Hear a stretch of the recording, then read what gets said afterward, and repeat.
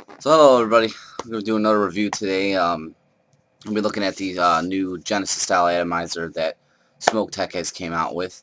It is the Smoke RSST atomizer. I can get it off my device here. Take a close look at this guy right here.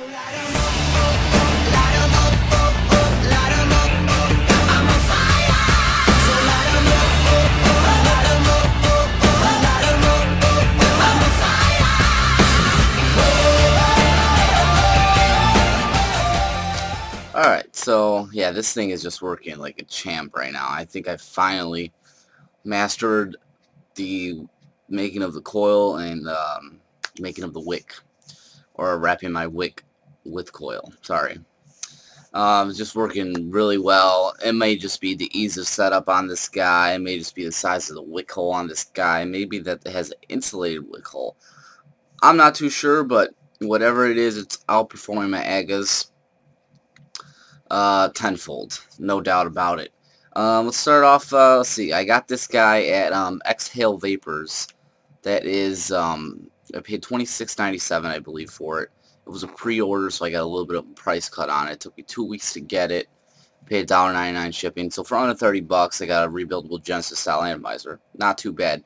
And they also include the drip tips, so that's also not too shabby for a Genesis atomizer, considering some of those high-end ones are quite over 100 bucks, and it is a clone of the AC9, which is about 150 bucks for the AC9, and they give you 2 different top caps with 2 different air holes and whatnot, and wick and wire, which you don't get any wick and wire with this. So if this is your first, make sure you do purchase some wick and wire.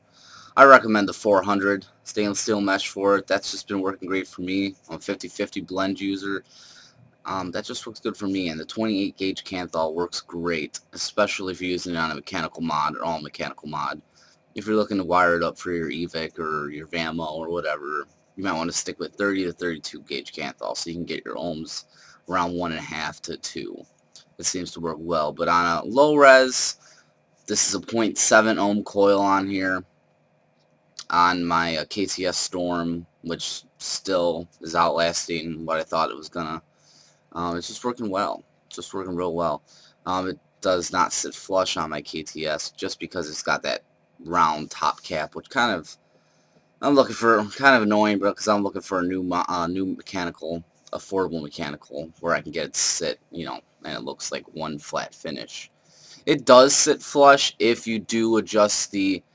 Let me take this cap off here. I'll explain a little bit about that. On the top of this guy here, you're going to have that little nut right on the top of the post, and you can turn that clockwise or counterclockwise to make it either sit flusher or sit more out.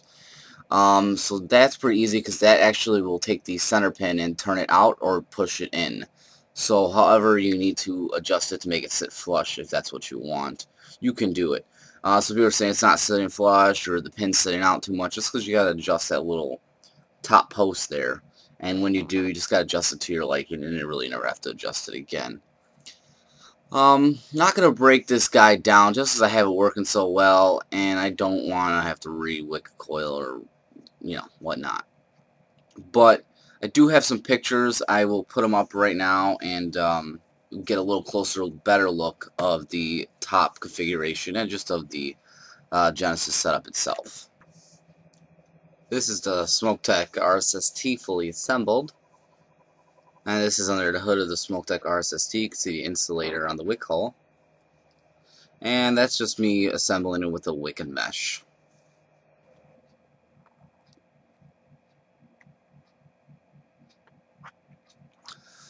Like I said, it's just working really good.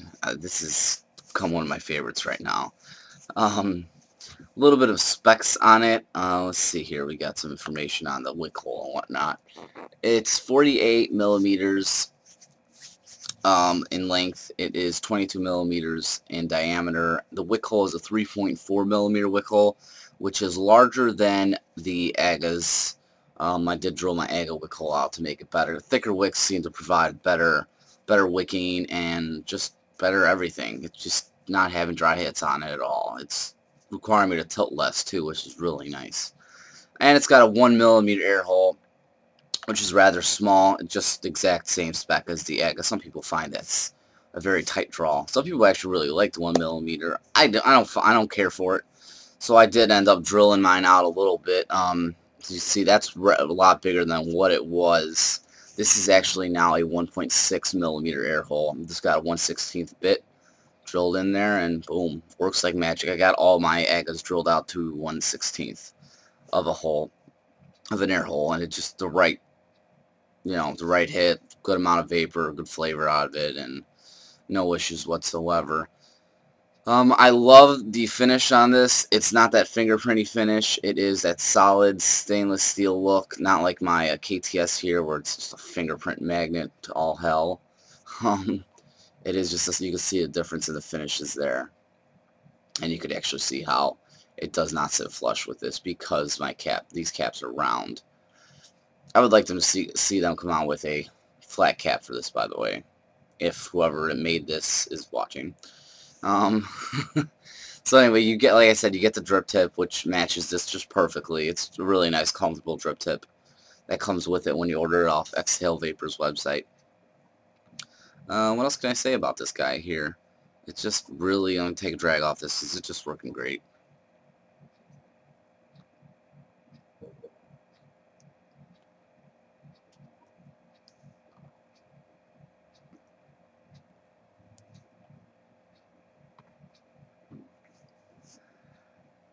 Oh, I think the vapor is actually making my camera lens tooly out here, so I'll excuse that.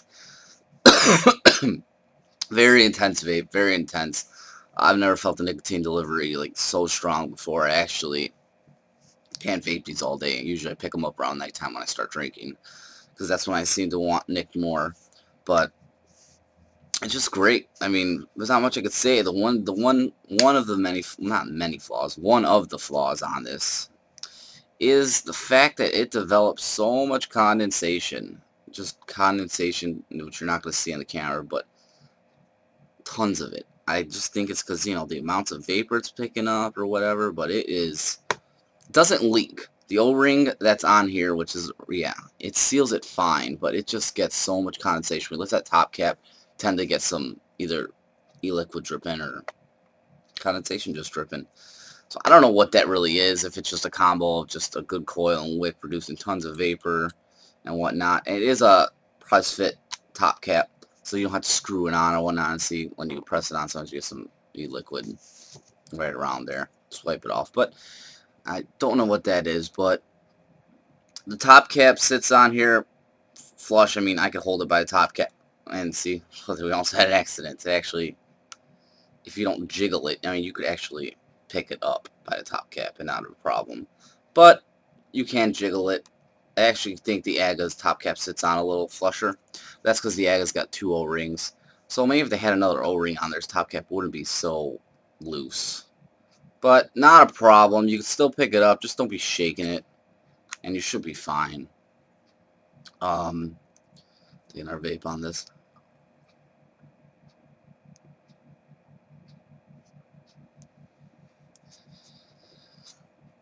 Just working great. Just working great. I guess I should also mention on this guy here, it is not a glass tank. This is that propylene, whatever it's called. I forget the word now. But it will possibly break down with those acidic juices.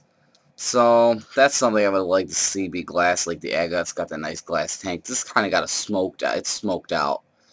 I got some Mountain Baker Vapor raspberry juice in there. And yeah, it's just smoked out, so. But it is not glass. So that's something to be aware of if you're using those ecto cooler kind of juices and just acidic, what, okay, now I can't say it. Acidic juices could break it down possibly. That's pretty much it though, I say on this guy. I would check it out for 30 bucks. Just getting into Jenny's. This would be a good starting point. Like, it's got that top post on here where it's just extremely easy to catch your lead. You have the it's a spring and a washer, and you just pull your lead there and it captures it. There's no thumb screws, there's no screwing of anything. You got your negative post, which you do need to screw down. But as far as your top post goes, it's so easy to capture that lead right around there. Don't have to worry about using a screwdriver or a thumb screw to get it down, because those agate thumb screws, so that's going to be a pain.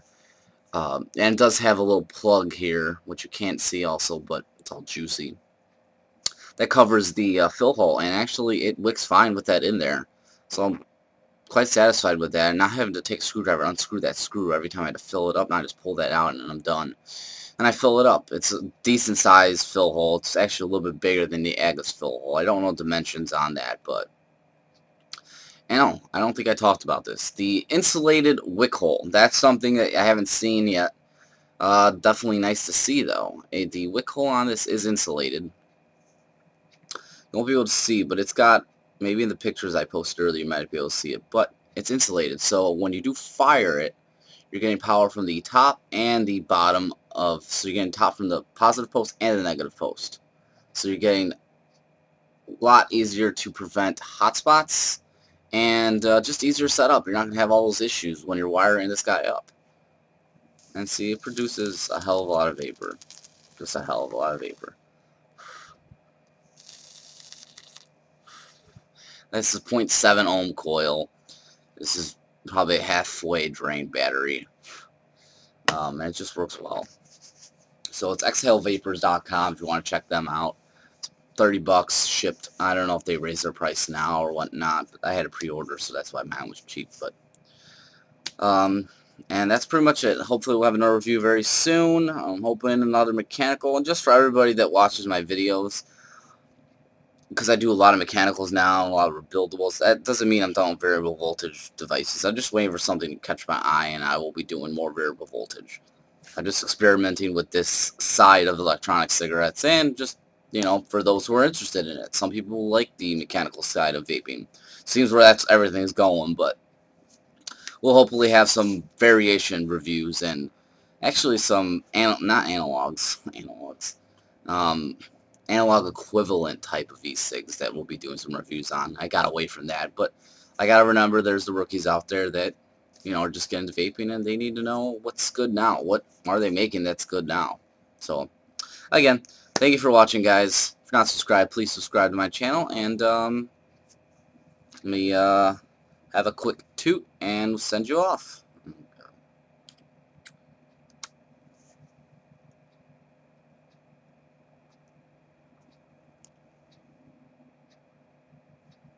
And please keep on vaping.